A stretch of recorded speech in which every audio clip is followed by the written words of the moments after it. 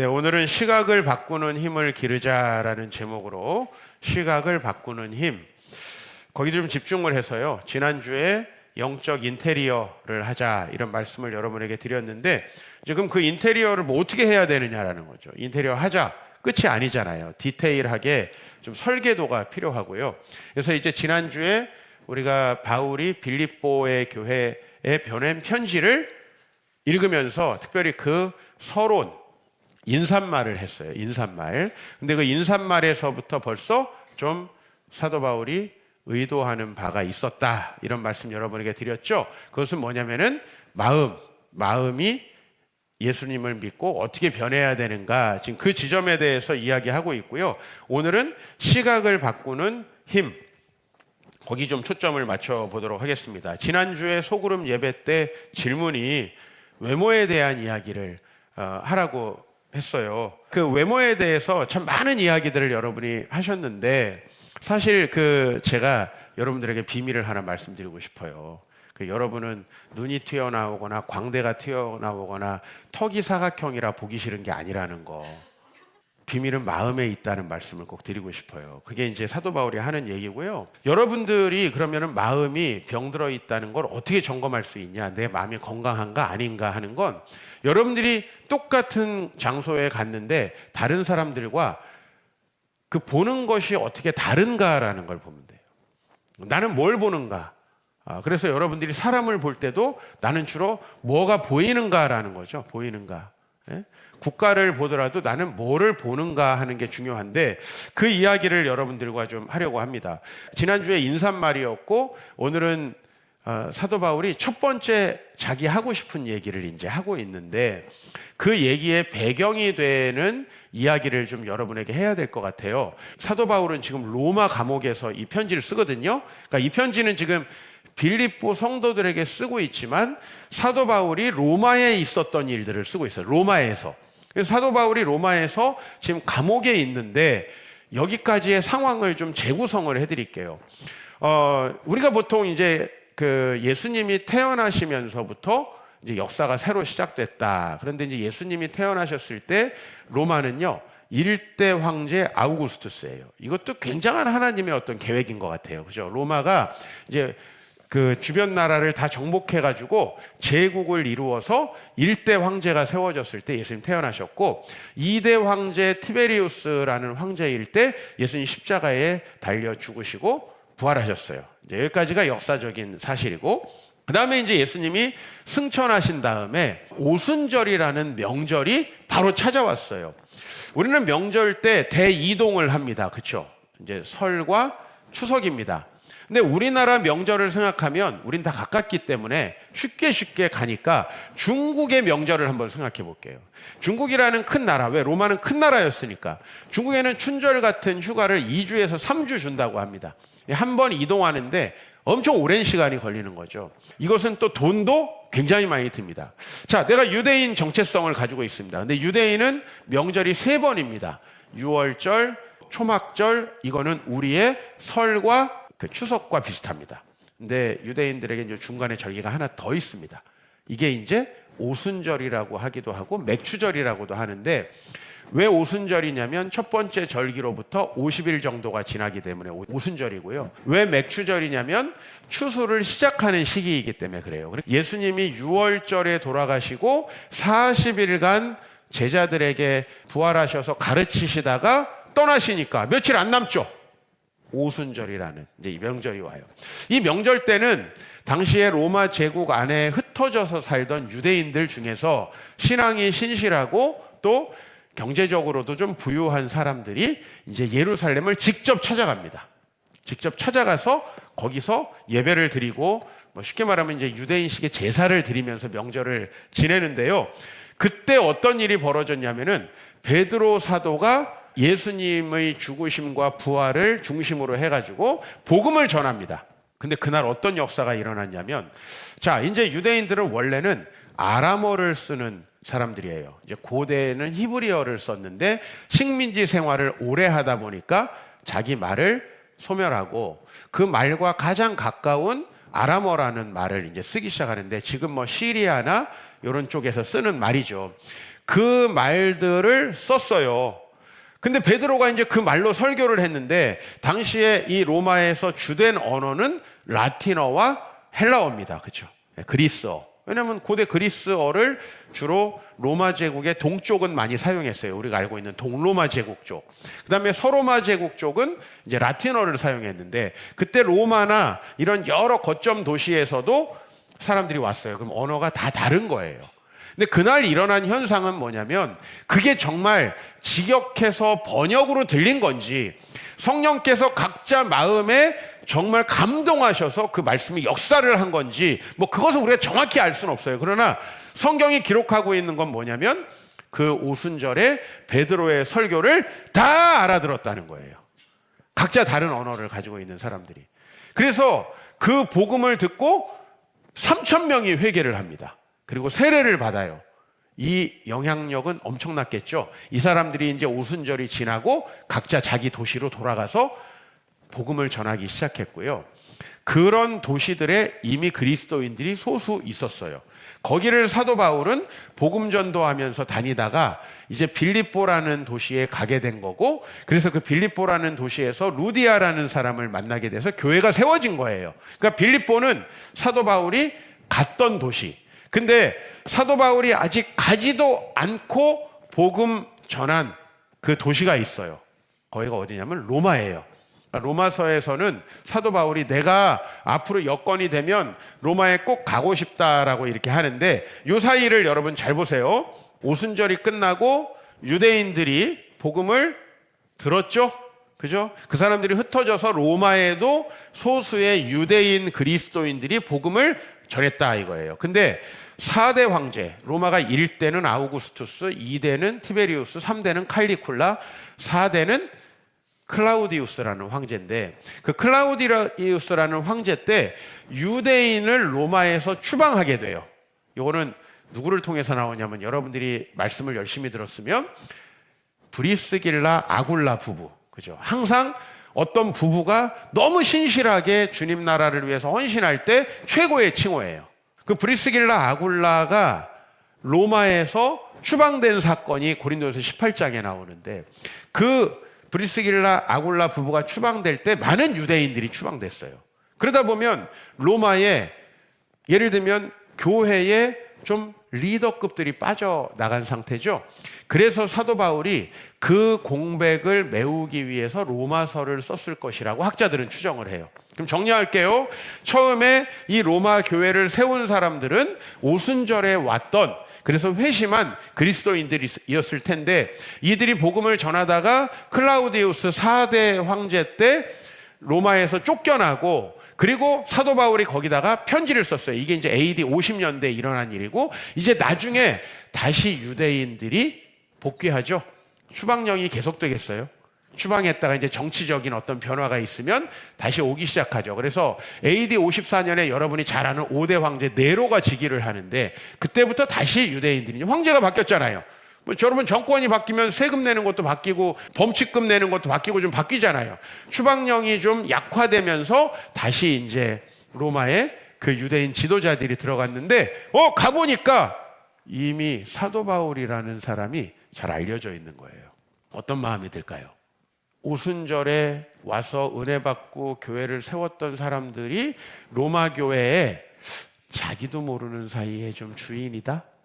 그죠? 교회가 개척되면 개척 멤버가 신앙적으로 성숙하지 못할 때 항상 나타나는 현상이에요. 제가 교회를 상담하면 항상 30명에서 50명 정도 되면 갈등이 일어나거든요. 그러니까 이건 뭐냐면 우리가 그리스도인이 됐는데요. 속은 아직도 전혀 아닌 거예요. 그런 사람들이 존재했던 거예요. 그래서 이제 그 사람들이 복귀해서 불편한데 사도 바울이 로마에 가게 돼요. 그래서 로마에서 복음을 전해요. 잘 전했겠죠? 로마의 복음의 역사가 일어나다가 사도 바울이 감옥에 갇혔습니다. 끝! 여기까지예요. 역사적 재구성. 그러니까 지금 그러면 로마에 갇혔을 때 그 유대인들로서 원래 좀 자기가 헤게모니, 뭐 주도권, 뭐 이런 거 우선권을 가지려고 했던 사람들에게는 이 사건이 어떻게 들릴까요? 네, 그렇게 그 분위기에서 오늘 12절을 읽어보면은 이제 이해가 될 거예요. 그래서 사도 바울은 지금 그 얘기를 빌립보에 하고 있어요. 그러면 빌립보 사람들은 이걸 알고 있느냐? 다 알고 있어요. 지금 빌립보서는 어떻게 쓰여진 거냐면 그때 로마의 감옥에 이제 갇혔어요. 주변 사람들이 야, 저 사도 바울 꼴 보기 싫은데 잘 갇혔다라고 말은 안 해도 뒤로. 예? 그다음에 뭐 앞에서 혼자 복음 다 전하는 것처럼 막 하고 사람들도 막 그의 영향을 받으니까 시기하고 질투하는 마음이 생겼는데 빌립보 성도들은 사도 바울에게 감사한 마음으로 헌금을 걷어가지고 에바브라 디도라는 사람 편에 보내서 그 사람에게 사도 바울이 써서 다시 돌려보내준 편지가 이 편지예요. 그러니까 지금 이제 빌립보 사람들은 사도 바울의 상황을 잘 알고 있습니다. 그러면 우리가 좀 걱정되지 않아요? 지금 사도 바울 선생님이 감옥에 갇혔는데 사도 바울을 비난하는 사람도 있고 지금 억울하고 마음도 슬프고 막 하나님에게 원망이 있지 않을까라고 하는 지금 상황에서 사도 바울이 뭐라고 얘기하냐면 12절 본론이 시작돼요. 같이 읽습니다. 시작. 형제들아, 내가 당한 일이 도리어 복음 전파에 진전이 된 줄을 너희가 알기를 원하노라. 이건 뭐예요?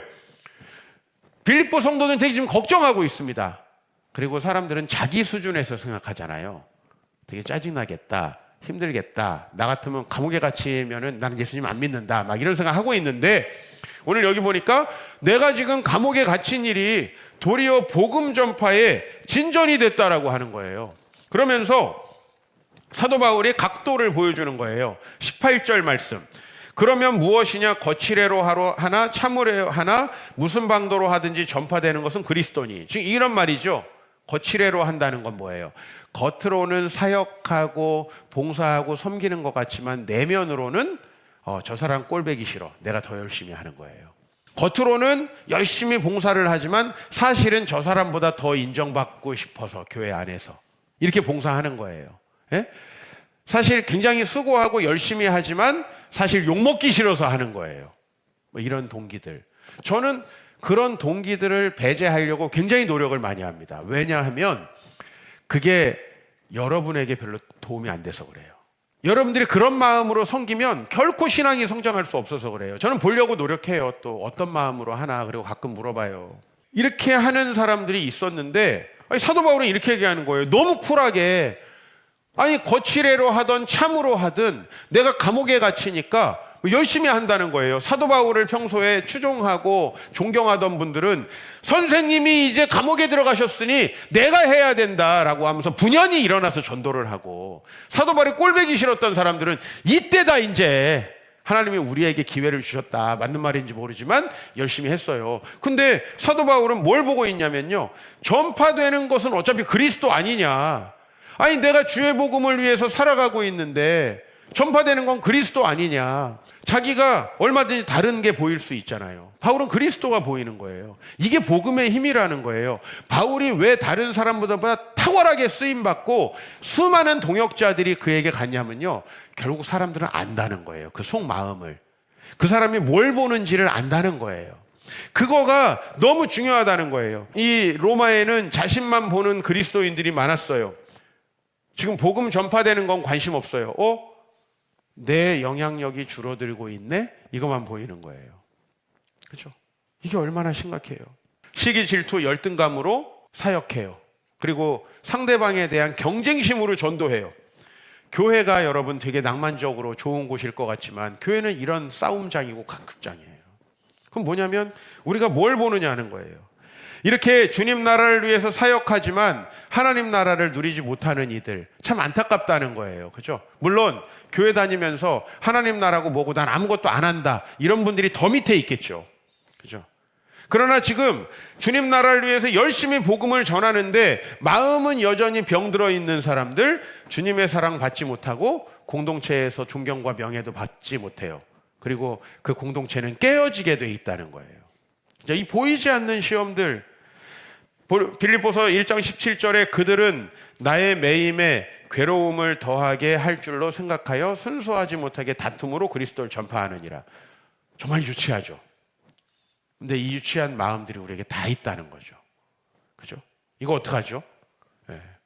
우리 이 마음이 여러분 가끔 한 번씩 보는 사람들에게는 드러나지 않을 텐데 적어도 가족들에게는 너무 드러나지 않나요? 여러분 자녀들은요 투명하게 다 합니다. 예. 교회 공동체에서는 이게 다 드러납니다. 근데 사실 여러분 밖에 나가서 인정받으면 뭐합니까? 가족과 내 공동체에서 인정받고 존중받는 게 진짜잖아요. 그죠? 그래서 목사들도 뭐 세상에 찬사를 받는 목사들을 우린 존경하지 않습니다. 본인 교회에서, 본인 가정에서 그 삶으로 칭찬받는 목사가 진짜다. 이게 우리의 목표 아닙니까? 바울은 그러면 어떻게 해서 그럴 수 있었냐? 시각이 바뀌었어요. 빌립보서 1장 21절 같이 읽어보겠습니다. 이는 내게 사는 것이 그리스도니 죽는 것도 유익함이라. 그리스도가 안에 산다는 건 뭐냐면 이거를 좀 쉽게 표현하자면 내 눈에는 그리스도가 먼저 보인다는 거예요. 바울이 자기가 감옥에서 힘든 게 안 느껴지겠어요? 느껴지죠. 바울이 자기를 욕하는 사람들 소식을 몰랐겠어요? 몰랐으면 여기 안 썼겠죠. 바울도 듣고 있어요. 여기에 약간의 스트레스도 지금 받고 있어요. 그러나 그게 보이지 않는 거예요. 이게 하나님 나라라는 거예요. 자신만 보인다?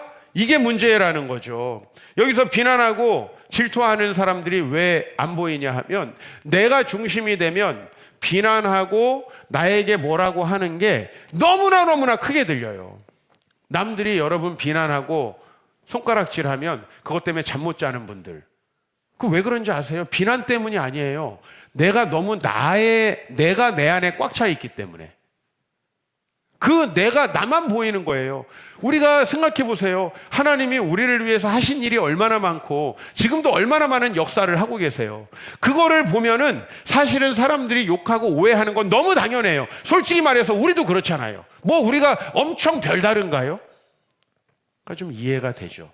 아유, 저분의 입장에서는 나를 욕하는 것도 이해가 된다. 근데 잠 못 자요. 그거는 내 시각이 고쳐져야만 해결될 수 있다. 나는 감옥에 있는데 하나님은 뭐 하시지? 뭐 하는 거야? 우리 이루가 밥을 먹다가 소스가 뺨에 묻었어요. 엄마한테, 엄마! 지금 소스가 묻었는데 뭐 하고 있는 거야? 얼마나 자기중심적인지 몰라요. 근데 문제는 그게 여기 40, 50 먹은 사람들도 똑같다는 그게 문제지. 이루가 그러는 거 아무 문제 되지 않죠. 지난주에 교회를 오는데 달이 휘영청 떴어요. 아빠, 왜 달이 날 쫓아와? 너가 좋아서 그래. 진짜? 그냥 그러는 거 아니야? 큰 건물이 하나 지나갔어요. 근데 여전히 또 쫓아와요. 달이 계속 쫓아오네. 이루가 너무 사랑스러워서 그렇지. 근데 지금은 그 아이가 건강한 자아를 가져야 되기 때문에 사랑으로 해주는 거죠. 얘가 20살인데도 그러면은 난 굉장히 심각하게 바라보고 아니라고 이 자식아 얘기할 것 같아요. 여러분은 그 500년 전에 있었던 일을 잘 알고 있죠. 코페르니쿠스 갈릴레이, 그죠? 태양이 돈다, 아니다, 지구가 돈다 싸웠던 거. 여러분, 그게 솔직히 우리에게 뭐가 중요합니까? 여기 우주 천체 물리학 하시는 분들한테만 중요한 거예요. 그죠? 여러분, 그게 뭐가 중요해요, 여러분에게? 세계의 중심을 하나님으로 안 두고 여러분에게 두고 있다는 사실이 중요한 거지. 여러분, 우리가 물리학 할 거 아니고 천체학 하고 있지 않은데, 천문학 하고 있지 않은데, 사실 코페르니쿠스와 갈릴레이와 교황청이 했던 싸움은 사실 우리에게 아무 의미가 없어요, 현실적으로는. 그 과학하는 사람에게만 이슈가 되는 거죠. 근데 정말 중요한 건 지구가 태양 주위를 돌고 있다는 사실이 아니고 지금 하나님을 내가 돌리고 있다는 사실이에요. 아, 이 소스 묻었는데 엄마 뭐 하고 있어? 이런 거죠. 하나님이 오로지 나를 위해 존재하면서 하나님, 날 감옥에 놓고 지금 행복하게 계십니까?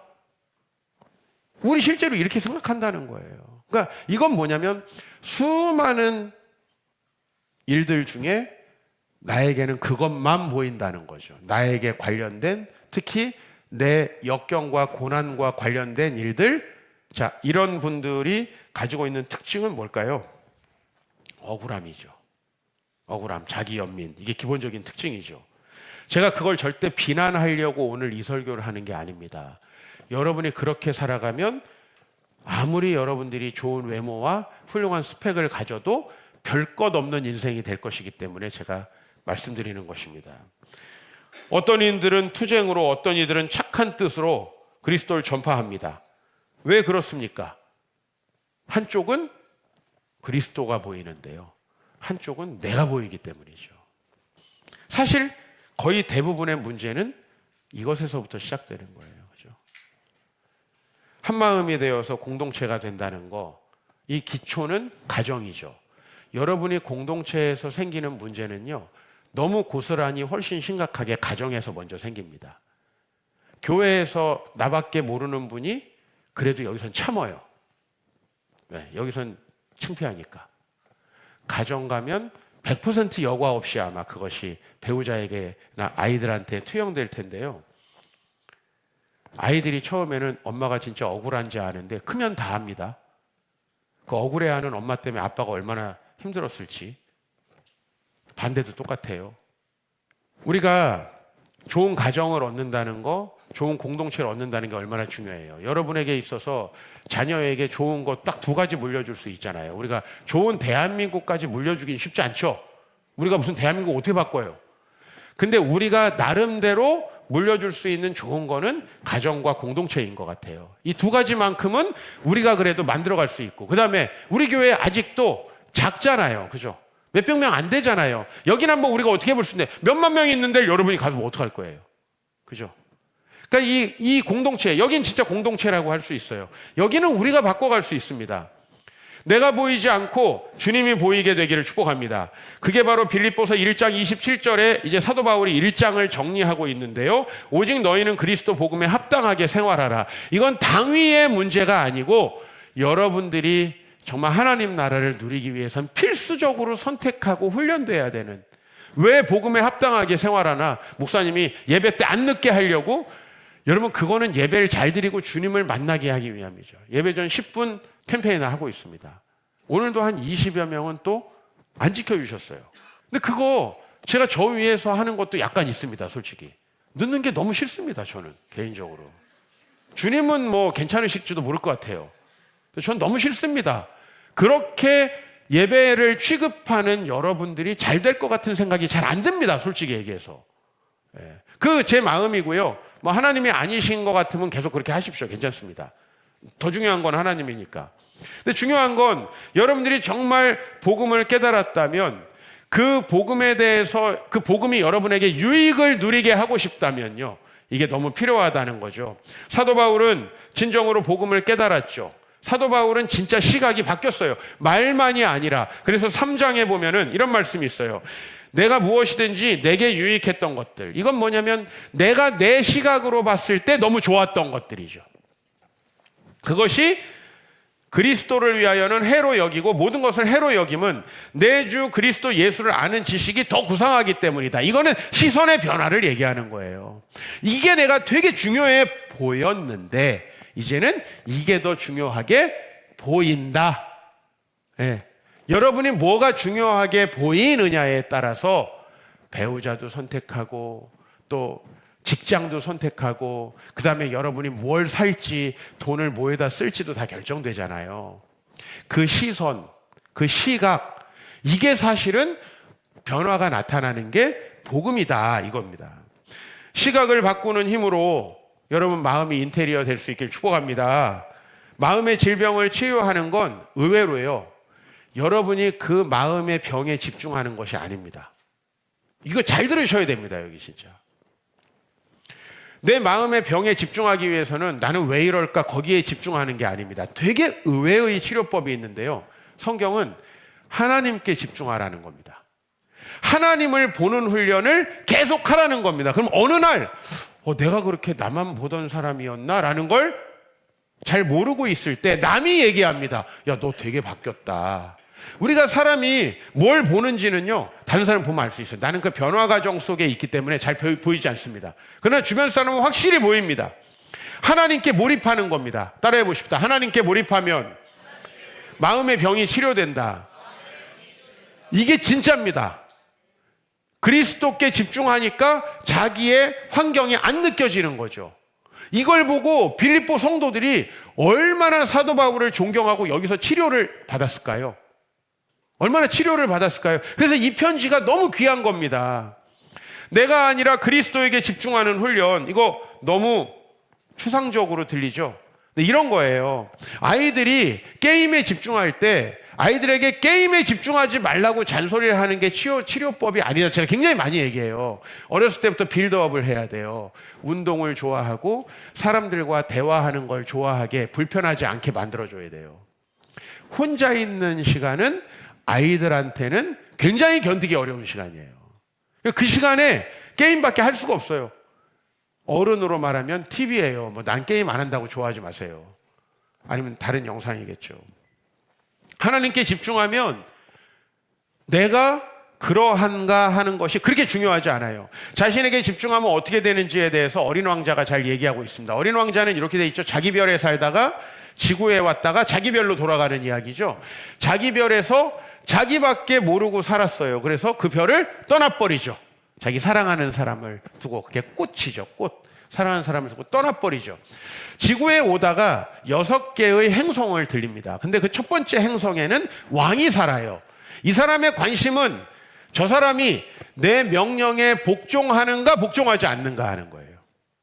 그것만 보이는 거예요. 한번 당장 비교해 보십시다. 두 번째는 허영쟁이입니다. 허영쟁이는 그 사람이 나에게 칭찬하나 안 하나. 허영쟁이들은 수많은 립서비스에 당하다가 사기를 당할 가능성이 높은 사람들입니다. 근데 어린 왕자는 허영쟁이가 가장 많은 사람이라고 얘기를 해요. 사업가를 봅니다. 그 사람은 그것이 나의 소유인지 아닌지를 봅니다. 여러분, 이 시각은 주변에 있는 사람들에게 다 느껴지죠. 그죠? 다 느껴지죠. 이게 바로 자기에 집중된 삶이고요. 이게 주님을 떠난 우리들의 공통된 특징이고, 여러분들이 추해지고 불행해지는 공통된 특징이라는 거예요. 네. 약간 나이가 들면요, 주름도 생기고 뭔가 이렇게 나이 든 티가 나는데 내면의 아름다움이 드러나야 진짜 이쁩니다. 진짜 멋집니다. 그렇죠? 그게 꽃중년입니다. 여성은 뭐라 그러나요? 여성도 꽃중년으로 하겠습니다. 근데 막 여기는 피부 관리 받아가지고 좋은데 마음이 안 좋은 사람들, 너무 견디기 힘듭니다. 이쁜 것까지도 징그럽게 보이거든요. 정말 그렇습니다, 여러분. 진짜 문제가 뭔지를 보셔야 됩니다. 제가 막 보톡스 맞고 뭐 해도 잘 안 되겠지만 턱 깎고 막 해가지고 막 삐까번쩍하게 입는데 지 밖에 몰라요. 여러분, 여기 설교 견딜 수 있을까요? 저를 타산지석으로, 저를 보라는 게 아니고 타산지석으로 나를 봐야 된다는 거예요. 근데 그 사람들을 보면서 이제 어린 왕자는 자기 자신의 문제를 조금씩 보게 됩니다. 그죠? 그리고 지구에 왔어요. 외로워요. 근데 누구를 만나냐면 여우를 만나요. 이 여우는 인간과 상극이죠. 여러분, 야생동물은 사람이 아무리 살려주려고 해도 살려주려는 사람도 물어뜯는 게 야생동물이에요. 그죠? 왜? 여우에게는 항상 사람은 포수밖에 없어요. 여우와 관련된 사람은 항상 자기를 쏘려고 했어요. 그러니 얼마나 두려움이 많고 힘든 게 많아요. 그런데 그 여우하고도 조금씩 길들여지는 모습, 그죠? 여기에 하나님이 없기 때문에 사실은 어린 왕자는 되게 낭만적이지만 어린 왕자를 읽어서 좋아지는 사람을 전 본 적은 없습니다. 그냥 어린 왕자를 읽었다지. 어린 왕자를 거의 다 읽었는데 아무도 여우와 길들여지지 않고 자기 와이프도 길들여지지 않고 남편과도 길들여지지 않습니다. 왜 그러냐면요, 낭만적인 말로 사람이 바뀌는 게 아니기 때문에 그래요. 그게 제가 느끼는 인문학의 한계입니다. 그러나 하나님의 말씀은 여기에 하나님이 대입되죠. 하나님께 집중하고 그리스도께 집중하고 마치 나는 없는 것 같은 느낌이 드는 거죠. 그게 내가 죽는다는 거죠. 근데 그게 정말 나를 위대하게 만드는 것이죠. 그래서 여우와 길들여지면서 저 별에 있는 장미꽃을 다시 보기 시작합니다. 그죠? 똑같은 사람입니다. 어제까지 너무나 미웠던 와이프, 너무나 미웠던 친구입니다. 근데 걔는 아무것도 안 하고 지금 그 별에 혼자 있습니다, 그냥. 근데 달라 보입니다. 자기가 시선이 변화되면 달라 보이는 겁니다. 소그룹에서 나온 마음의 질병들이 있습니다. 근데 좀 많이 나온 게 뭐냐면 나만 손해본다라는 이 마음들을 좀 고치고 싶다라는 겁니다. 당연히 나에게 집중되어 있으면 이 세상은 매우 어두울 수밖에 없습니다. 왜? 이 세상은 절대 여러분 중심으로 안 돌아가거든요. 여러분, 과학자들이 새로운 발견을 하는 이유가 뭔지 압니까? 태양 중심으로 돈다라고 프톨레마이오스적, 아리스토텔레스적 시각이 1500년 이상 지배했는데 아무래도 그렇게 생각하니까 안 맞는 게 있는 겁니다. 그죠? 이거를 토마스 쿤이라는 사람이 위기 현상이라 그랬습니다.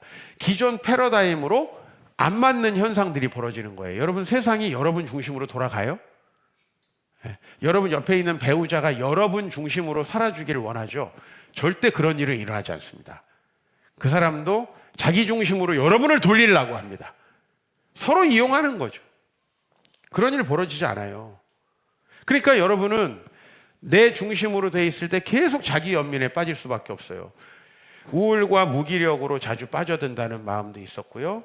늘 불평하고 또 중요한 일을 회피하는 마음도 여러분에게 있다고 여러 마음의 질병들을 얘기해 주셨습니다. 근데 이 여러분의 마음의 질병들을 쭉 고백해 주신 것을 공통적으로 보면 이건 모두 다 여러분에게 집중하기 때문이죠.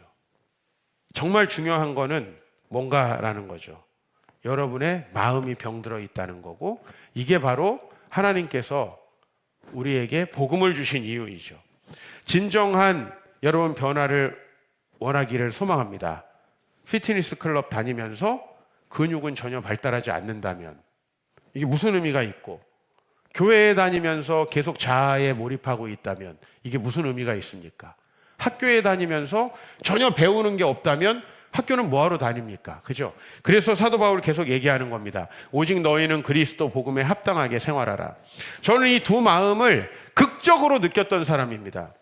제 학창 시절 어렸을 때 저는 하나님의 비전에 집중했습니다. 감사하게도 하나님께서 제 마음을 사로잡았고 하나님이 주신 목표를 따라서 인생을 살아가게 하셨는데요. 그러니까 사실 저는 되게 가난했는데 가난이 안 보였습니다. 제가 35살 때 그 후배 제자가 생일 때 영화를 보여주겠다 그래가지고 남자끼리 둘이 영화를 본 적이 있습니다. 근데 그 영화가 1번가의 기적이라는 영화. 근데 그 영화를 보면서 내가 인천에서 철거촌에 살고 있었다는 걸 그때 처음 알았습니다.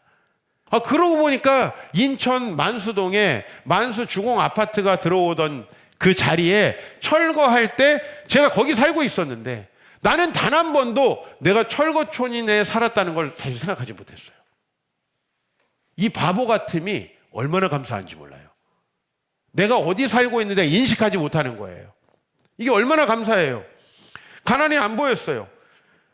주변 친구들과 일의 질투의 비난 이런 거 안 들렸습니다. 그런데 내가 성공해야지라고 나의 성공이 집중이 되니까요. 그 다음부터 이게 보이기 시작하는 거예요. 저의 극적인 변화는 양재동에 살고 있는 제 친구, 당시에 청와대 비서관이었고 교수님이셨다가 청와대 비서관 하다 교수하시던 아버지, 화장실에 딱 들어가서 소변을 보는데 이 화장실은 얼마일까? 이런 생각이 드는 거예요. 분명히 그 1.1평 조금 넘는 화장실인데 그 화려한 인테리어, 이 집이 우리 집보다 비싸겠다라는 생각이 드는 겁니다. 즉 내가 생각하려고 하는 게 아니라 보이는 겁니다. 그게 다 눈의 문제입니다. 여러분, 돈 열심히 벌면 뭐합니까? 눈에 잘못된 게 들어오면 끝인데요. 인간관계 소중히 여기면 뭐합니까? 내가 사람을 잘못 보는데, 나에게 보이는 게 잘못됐는데 어떡합니까? 즉 내 눈이 바뀌어야지. 좋은 사람을 만나게 해달라고 여러분이 기도했는데 정작 내 눈이 잘못되어 있으면 좋은 사람이 보이나요? 안 보이나요? 안 보이죠, 당연히. 그죠? 네. 좋은 직업을 달라 그랬는데 내 눈이 잘못되어 있으면 그 직업을 찹니다. 저도 찰 뻔했거든요. 이 소중하고 고귀한 일을 찰 뻔했어요. 이거 얼마나 잘못된 겁니까? 킹덤 처치 컨퍼런스 월요일에 잘 마쳤습니다. 근데 요즘에 이제 제가 교회는 20년이 됐고 우리 연구소 사역을 한 지는 10여 년 정도 됐습니다. 우리 목사님들이 저한테 목사님은 미쳤다 이 얘기를 자꾸 합니다. 그 뭐냐면 목사님은 뭐 교회 형편이 어떻고 상황이 어떻고 이런 얘기는 안 하고 계속 킹덤처치 얘기만 한다는 거예요. 다른 게 잘 안 보여요. 저는 그냥 그게 보이니까 얼마나 편한지 몰라요. 그죠? 제가 제 외모가 계속 보이고 제 머리숱이 보이고 그러면 저 얼마나 힘들겠어요. 네. 커버도 잘 안 된대요. 이제 요쪽이 잘 커버가 잘 안 된다고 그래요. 여러분 이미 아시겠지만. 네. 근데 저는 사실 실력도 인격도 부족한데 그거에 계속 집중하니까 뭔가 열매들이 생기고 거기에 같이 미치겠다는 사람들이 등장하기 시작하는 거예요. 좋아 보이나 봐요. 나도 미치고 싶다. 그리스도에게로 시각을 바꾸면 굉장히 많은 게 해결됩니다. 우리 주변에 나를 시기하는 사람들이 어떻게 없을 수 있어요? 없는 분들은 지금 망한 거예요. 그럼 시기한 분들이 없어요. 여러분이 잘 되면 시기하는 사람 100% 생깁니다. 내 외모 아무도 시기 안 한다? 망한 거예요. 아무도 시기 안 하면은 그건 망한 거예요. 오히려 많은 성도님들이 저의 외모를 가꿔주려고 그동안에 얼마나 각고의 노력을 기울였는지 여러분은 잘 아실 겁니다. 옷 사주고 파마해주고 눈썹 그려주고 뭐 다 여러분의 덕입니다. 예, 지금도 다 여러분들이 해주고 계십니다. 사실 나 그런 거 되게 귀찮게 생각하는데 구두도 아무거나 신고 시각을 바꾸니까요 그건 별로 나에게 중요한 문제 아니더라고요. 근데 내가 시각을 그럼 바꾸려고 노력했냐? 아니라는 겁니다. 내가 그 세상적인 시각을 가지고 있을 때 내가 너무 괴로웠습니다. 너무 우울했습니다. 너무 힘들었고 너무 불안 증세에 시달렸습니다. 그래서 내가 뭔가 변화돼야 되겠다 해가지고 주님께 미쳐봤습니다. 집중했습니다. 한 1, 2년 그렇게 미쳐봤더니요 어느 날 밤에 하나님이 내 시각을 확 바꿔주셨습니다. 그거 내가 늘 간증하는 거예요. 그리고 여러분들에게 드리고 싶은 복음의 결과물입니다. 지금 상황에 내가 잘못되어 있는데 여러분 아무리 좋은 거 해줘봤자 소용없죠 사실. 왜? 그것마저도 내 중심적으로 나쁘게 받아들일 건데 그게 무슨 소용이 있습니까? 그러나 내가 바뀌면 모든 게 달라집니다. 성령께서 여러분의 마음을 고쳐주시기를 소망하기 바랍니다. 그리고 제가 권면 드립니다. 제자훈련 오늘 마지막 시간입니다. 근데 사실 여러분들이 제 교재를 가지고 뭐 좀 공부하는 게 무슨 의미가 있습니까?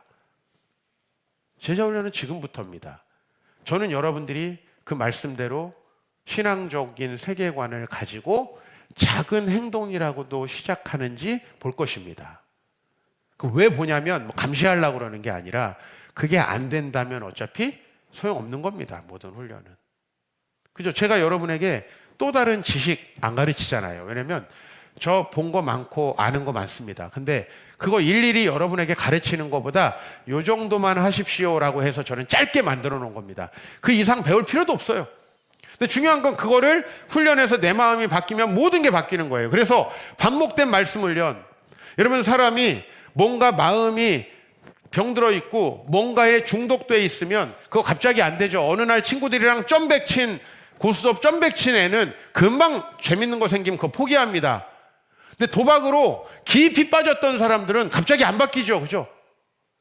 그래서 매일매일 그게 아닌 다른 즐거움으로 나에게 도파민이 나오는 훈련을 해야 되죠. 처음에 얼마나 작을까요? 그 도박으로 나오는 도파민하고 성경 말씀 보면서 기도하면서 나오는 도파민은 100배, 1000배 차이가 날 겁니다. 근데 이걸 훈련하면요. 바뀌기 시작해요. 격차가 좁혀지고 바뀌기 시작한다는 거예요. 그래서 여러분들에게는 반복된 말씀 훈련이 필요해요. 그리고 여러분 금요기도회, 토요기도회 뭐 오시는 게 좋지만 안 오는 건 제가 어쩔 수 없습니다. 근데 제가 거기서 어떤 훈련을 시키냐면 여러분들이 맨날 하는 그 절간에 가서도 기도하고 또 세상 가도 기도하는 그 훈련 순서를 좀 기도를 바꿔보려고 합니다. 말씀으로 내가 변화되는 기도, 그 다음에 선교를 위한 기도, 우리 교회의 다른 지체들을 위한 기도, 우리 주일학교 아이들을 위한 기도, 병든 자와 힘든 사람을 위한 기도를 합니다. 그리고 10시쯤에 여러분 기도 알아서 하세요. 그러고 집회가 끝납니다. 일부러 제가 그렇게 하는 거예요. 왜? 기도마저도 나에게 미쳐 있는 거예요. 내 자식, 내 환경. 그거 근본적으로 너무나 큰 병이기 때문에 여러분이 기도를 해도 여러분에게 변화는 나타나지 않아요. 마음이 변화되면, 시각이 달라지면요, 해결책은 도처에 있습니다. 그래서 시각을 주님께 두는 기도 훈련이 우리에게 필요하다. 여러분, 성령께서 여러분 마음 변화시키셔서 여러분의 재능과 여러분의 가능성과 달란트가 만개하길 축복합니다. 그리고 여러분, 그렇게 건강한 부모님들에게서 정말 자기 미래를 보고 성장하는 그런 자녀들을 여러분들 눈으로 볼 수 있기를 바랍니다. 그리고 정말 마음만 건강해지면 다 바뀐다는 걸 여러분들도 언젠가 간증하게 될 겁니다. 그리고 제가 20대에 경험했던 그 코페르니쿠스적 전환, 사실 과학에서의 전환은 우리하고 아무 문제 없어요. 여전히 우리가 볼 때는 태양이 우리를 돌잖아요. 그죠? 달이 우리를 쫓아오잖아요. 나만 좋아하는 것 같잖아요. 그러나 우리 마음이 변화되어서 새롭게 되는 것, 그게 우리에게 있어서의 복음의 생명이고 핵심이다. 여러분, 말씀 훈련, 기도 훈련 하십시오. 그리고 여러분이 배우셨다면 작은 것부터 실천할 수 있게 우리 교회는 굉장히 많은 것들을 여러분에게 제공하고 있습니다. 부담스럽다, 힘들다, 그것도 내 중심입니다. 나를 바꾸려고 하는 이 많은 일들에 대해서 여러분들이 작은 변화로 훈련을 시작하실 수 있기를 주의 이름으로 축원합니다.